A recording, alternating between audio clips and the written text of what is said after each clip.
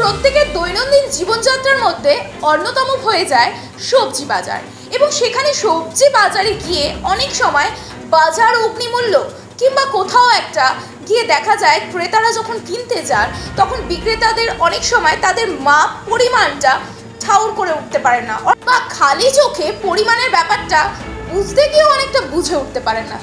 বীজপুর থানার অন্তর্ভুক্ত আলশে বাজারে বীজপুর পুলিশ প্রশাসনের টিম সহ ক্রেতা সুরক্ষা দপ্তরের মেট্রোলজি ডিপার্টমেন্টের আধিকারিকরা তারা আলশে বাজারে এসে ইন্সপেকশন চালান।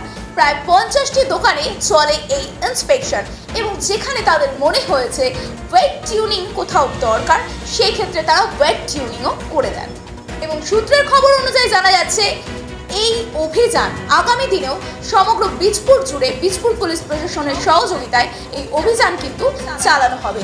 তাই ক্রেতা সুরক্ষা দপ্তর আপনাদের পাশে এবং পাশে রয়েছে বীজপুর পুলিশ টিম। সঙ্গে থাকুন, নিউজ সুপার দেখতে থাকুন।